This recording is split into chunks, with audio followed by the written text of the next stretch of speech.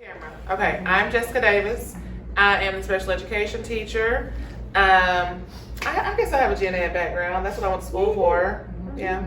All right. Are you going to tell them what all you've been doing since you've been here? Oh, well, since Different I've been positions. here, I have been paid 5 years. Well, I've been here 6 because I did my student teaching here with Tony Neely. I went to school to be a general education, social studies, history teacher. But for 5 years, I have been in special education. I have been in social studies 2 years, and I was in ELA for 3 And then this year? as a co-teacher. Well, this year I'm back to social studies. This counts as my second year being co-teaching in social studies. And I'm Tina Rawlston. I started here, I believe it was back in 2011, and I was with in social studies, inclusion, with Ann Russell and Betty Chisholm. My first year. 2 years prior to that, I worked all over the school in substitute teaching role, and then I went from social studies in 6th grade to social studies in 8th grade, and then went into language arts, was in language arts in 6th grade for 3 years as a co-teacher on the SPED side with Julie Shaw, and then was down there 2 more years as the regular ed teacher, and then moved up to 7th grade, and this is my 4th year as regular ed teacher in 7th grade language arts.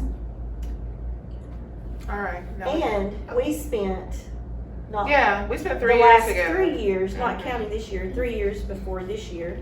And I was also Julie As Shaw's co-teacher for 2 co-teachers. years. Yeah. All right, moving right along. So we're gonna get this out the way, okay? So we all know. All right, co is a prefix. It means joint, mutual, common. Nothing about assistant in there. Next, teacher. It means occupation. It's professional, the work of a teacher. So co-teaching is a collaborative approach to instruction in which 2 teachers, typically a general education and a special education teacher, work together to plan and implement instructions for all types of students. So once again, nothing in co-teacher says assistant. Anything to add? Because of that, the special ed teacher needs to come in expecting to be carried that way. Yeah, exactly. They shouldn't come in a Expected to sit at a desk or just handle discipline. It goes both ways, 100%. All right, so myths of co-teaching. So the content or general education teacher is the lead instruction structure, aka the one in charge. So that is something that I feel like has always like twinged me a little bit. Like when they just be like, oh well, you lead teachers. I just be like, who? Yeah, like we it's all. a bad term. Yeah, it is a very bad term. I just feel like it has a negative connotation. Like co-teachers are in the classroom to assist. And we'll bounce off each other now.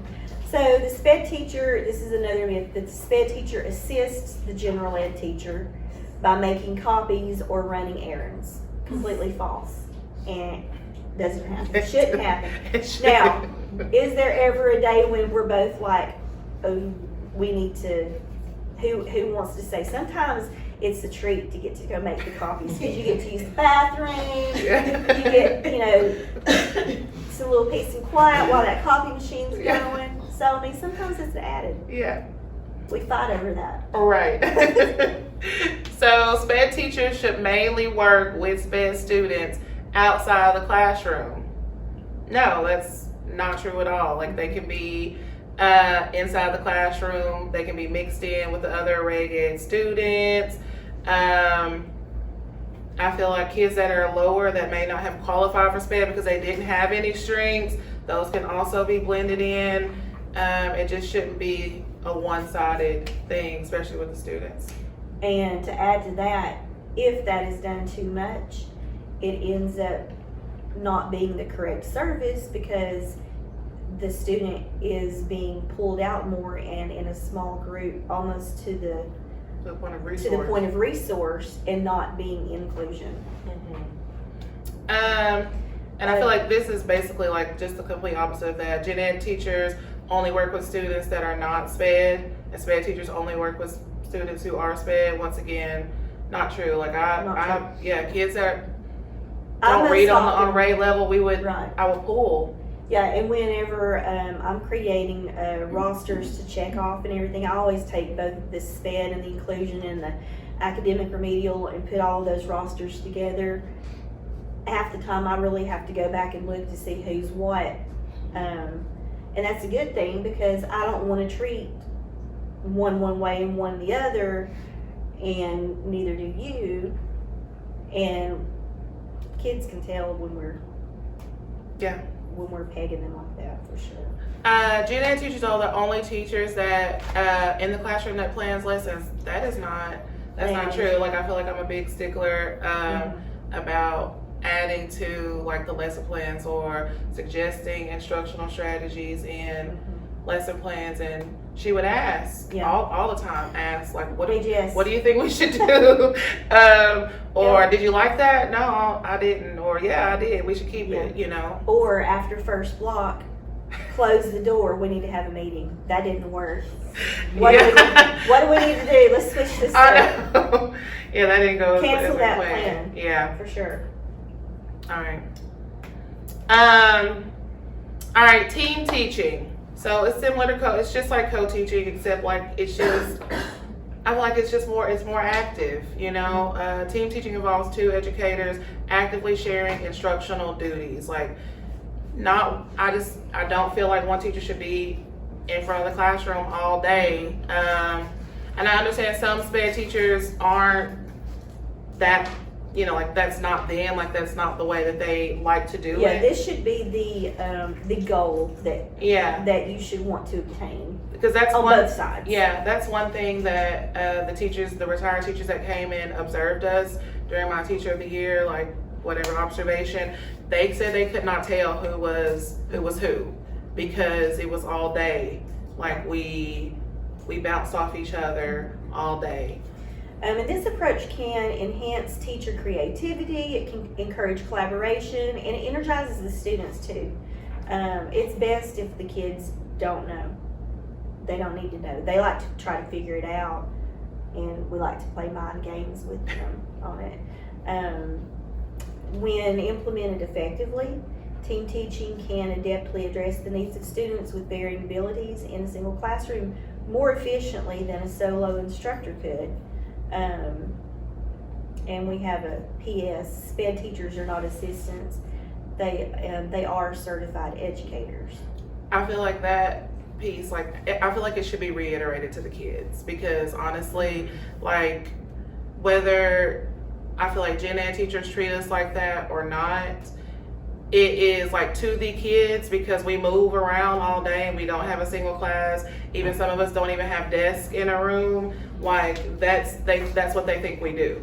So it's like a constant battle sometimes of being a co-teacher. And it can deflate your confidence. Yeah, and even like your authority, like, you know, like if a Gen Ed teacher leaves and we have to cover for them, oh my gosh, like to walk in some of these classrooms with these SPED teachers, they'll run over them, and it doesn't feel good. It doesn't. Mm-hmm. All right, moving along.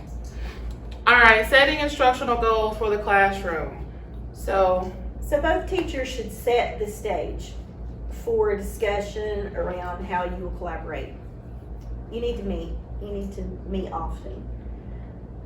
There should be a discussion on how you will assess students with or without disabilities, learning styles of all students as well as their needs, especially when you're pulling out for a summative assessment or you're working on a little formative assessment, especially summatives though, you need to have those discussions, especially beforehand. Who you think needs to go out, who you think needs to stay in. And there can even be, you know, a SPED student that maybe doesn't get read aloud, but they get small group or extended time, and they would prefer not going out and hearing the read aloud or being singled out. So you will get to know your students like that, and you may accommodate them in the class. Like, and sometimes I would take the group out and she would stay in. You can mix it up. You can do it anyhow. Just, it's not good to discuss it in front of the students. Yeah, because I feel like we planned. I always made sure it didn't matter who I was co-teaching with. I split half of my time every planning block with my co-teachers. And like, you know, if I ran over or whatever, like, okay, I'm sorry, like we were trying to work something else out. But I always try to make sure I gave equal time so I could know like what is going on, what do I need to do on my part to make sure, you know, that everything was just cohesive and flowed. And I could always set aside questions that I had, knowing that Jess would be coming in there and we could talk about, you know, whatever I was still up in the air about, so that we could get things settled and know how to move forward with it. Yeah, for sure. Communication. So, as we said, you need to schedule meetings during planning with your co-teachers. I mean, I know your best friend may be at the other end of the hall and you want to sit down there and talk to that co-teacher all day, but you have to make sure that you are planning regularly with both of your co-teachers.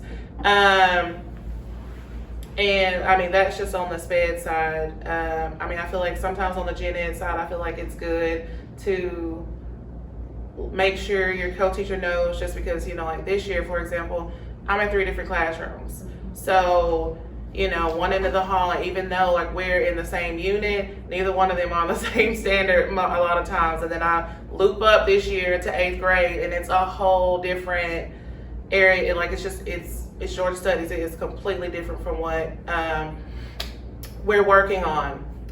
Also communicate with things like, you know, classroom behavior, like make sure you're on the same page with it, because like sometimes, you know, like if we're like disciplining a kid or, you know, talking to another kid about like what they need to do next, like sometimes I'll be like looking at them like I am this sister, because like I wouldn't know, like what if I say the wrong thing, or like what if they interject and be like, no, I don't want them to do that, I want them to do something else. So like make sure that like every day, you know, like at least you're communicating, or if somebody does something that needs to be discussed, just go ahead and work it out and don't let it linger, because I just feel like it would just make for a better learning environment for the kids and a better working environment for both teachers in the classroom, and just to be open for changes and adjustments as well. Positive communication in front of the students is always a good thing.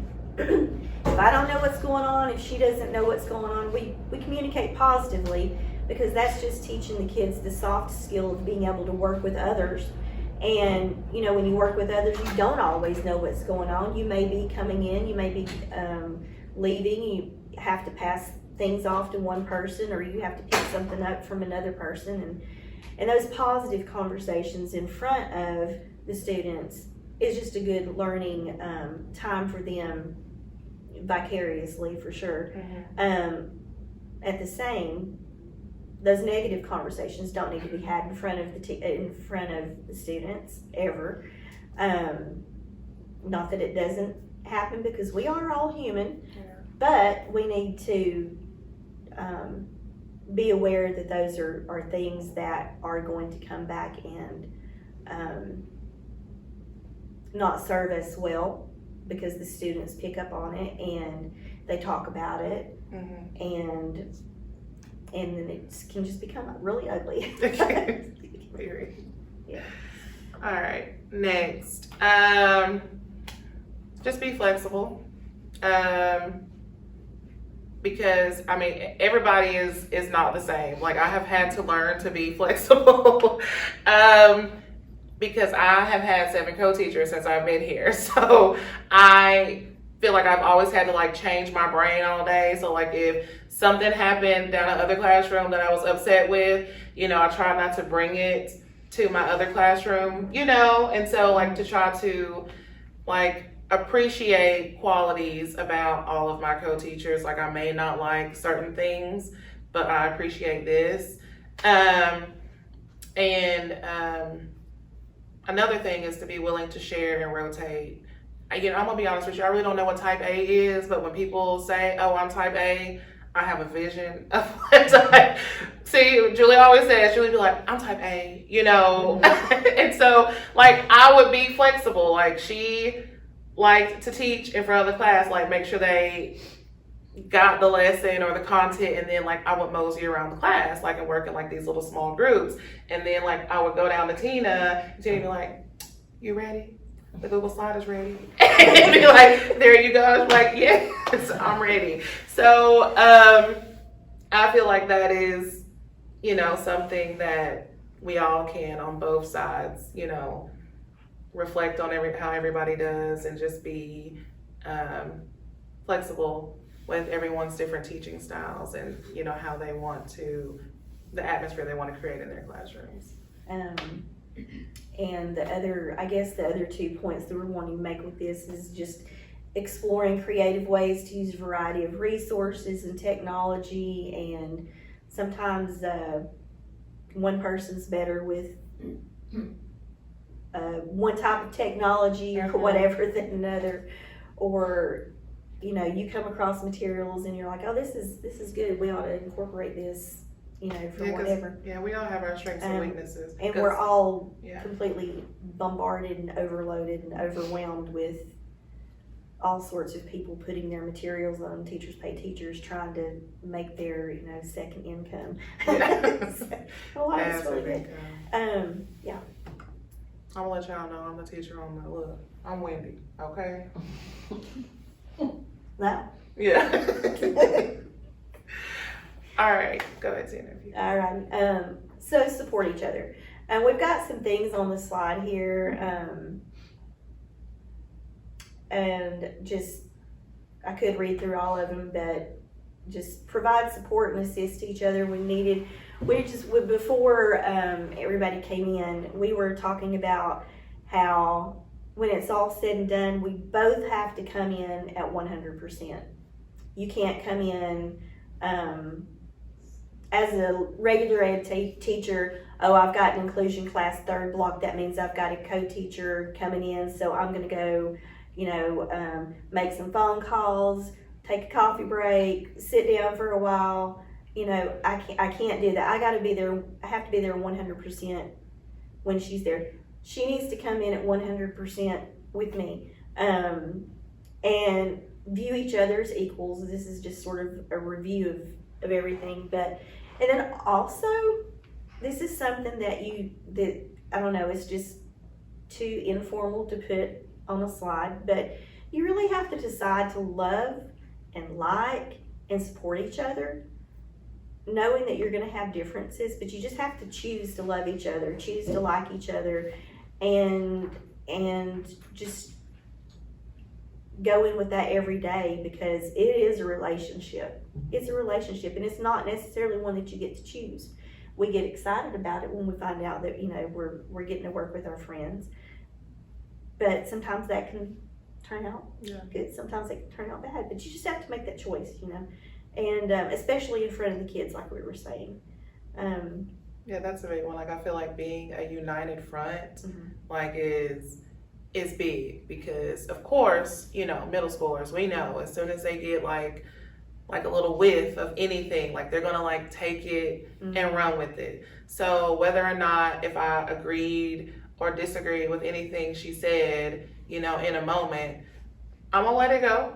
And then when it's time, you know, to get together and talk, then we'll talk about it. And that's when it's like, are you okay? Yeah. Because like even the kids know, like if they got anything to say about either one of us, they be like, oh, because that's your homegirl. And I'm like, yeah, she my homegirl. You ain't got nothing to say about her. Nothing. Okay, and like she would do the same for me. She'd be like, don't you dare talk to her like that. And like she like snap back. So like that is the thing to like it makes a relationship good. Like it makes me feel good. Like when I was in there, like I never ever felt like a student could disrespect me in front of her and get away with it because she would just check it immediately. Well, and then you end up just liking each other so much that you are in each other's personal lives. And you kind of have to be, to a certain extent. You can't be private completely. I had to let her know when things were going on in my life that I knew were going to spill over into my work life. And vice versa. Yeah. And so. Yeah. Makes for a good, work relationship. And I don't really know how we need to end this. And these are just some things. I'm sure this slide will be shared somewhere. But these are just some things that if you are doing one side, then the co-teacher can be doing something.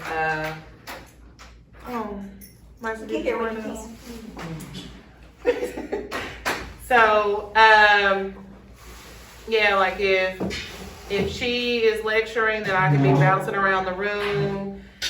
She got to take roll. Somebody else got to take roll because I'm gonna forget. Miss Elliott's gonna call me every day. Just sharing roles and responsibilities. There should never be, generally speaking, there should never be a time when one person's doing everything and the other person's doing, over at your desk, acting like you're not even in the room. There have been times, and you let the students know, hey, just Miss Davis has something she's got to get done right quick, or Miss Rawlston's got something she's got to get done right quick. But these are great things because,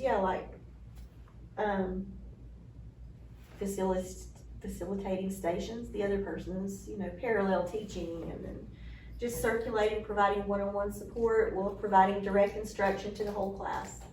So one teaches, one observes, or one teaches, one floats around, whatever. These are just really good suggestions for especially incoming new people.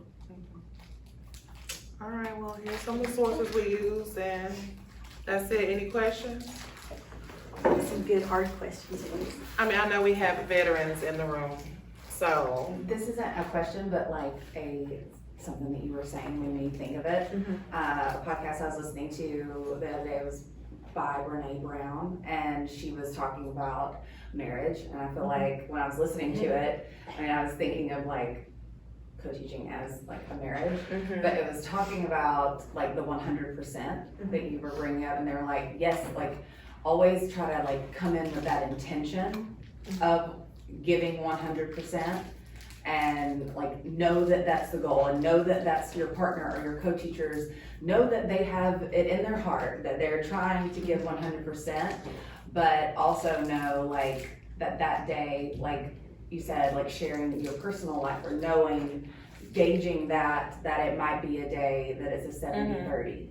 Yeah. Or like moments like that you're, and it's not saying that it has to stay that way the whole class, but just knowing that you can be that support of your like, if I got you today. Yeah, like I got the 70 for you. I got the 70 for you right now. You take a minute, we'll catch up, we'll try to meet again. And I think that was like a good way to look at it, as like always have that intention of 100%, but never the expectation, like the feeling let down when it's not. Just like, showing the love. Yeah. And so I thought of that, and then I also remember to tell my husband that too. So. Yes. No, that's a good point. Because I thought we would. appreciate having a first block with a co-teacher. Because they're the guinea pigs for the day, and we can, like, that didn't go very well, or, we need to adjust. I'm gonna definitely fix this before next class, so it's getting them, and like this morning, like, Miss Morris, didn't I teach them this? Did you remember me? Because I know we changed things up a little bit, and she's like, yeah, I remember seeing that on the board, because the kids are like, what are you talking about? So it was getting another opinion in there, but yeah, it's Yeah. good. She has some good ideas that she shares, and I use them the That's rest of the day when I can. Yeah. I only have her once, but Yeah. it's good. The more, I like the first block. That's good. Co-teacher, I do. At least it can be some like extra relief in the morning. Well, and it's just Yeah. the extra body in there, Yeah. and the ideas, and how did it go, and That's good. I've never thought about that, like what that's like to have a co-teacher at the beginning. I've never had that. I have them like fourth block. Yeah. And so it's like, if I don't have it by now, You already done. Well, too late. Yeah. And here's another extreme, like, I've never had the, extreme of having like to go from one grade level up to another right quick and then back down. I never had that, but I did have the experience of for 3 whole years, Julie and I were in the same classroom all day, every day. And that made for a very cohesive situation, because as the co-teacher, as the SPED teacher, I wasn't coming in third block for the first time, and she'd already, gone through the spiel, however you say it, twice, and was already on that roll. And by then, you don't want to give it up, because you already know, okay, this didn't work, this did work, I'm going to change it to this, and we're going to go with this. It's going to be a better class. So that was a different situation, whereas in 7th grade, it's always, until this year, been like 2 blocks here, 2 one blocks block, there. first block you're one place, go down 2nd, 3rd, come back 4th, or vice versa. And I've had, nobody first block, or Jessica's been there first block. So Yeah. the 'Cause I feel like dynamic changes no matter, yeah. it just changes. Because it took me a while to get used to this year, because I feel like I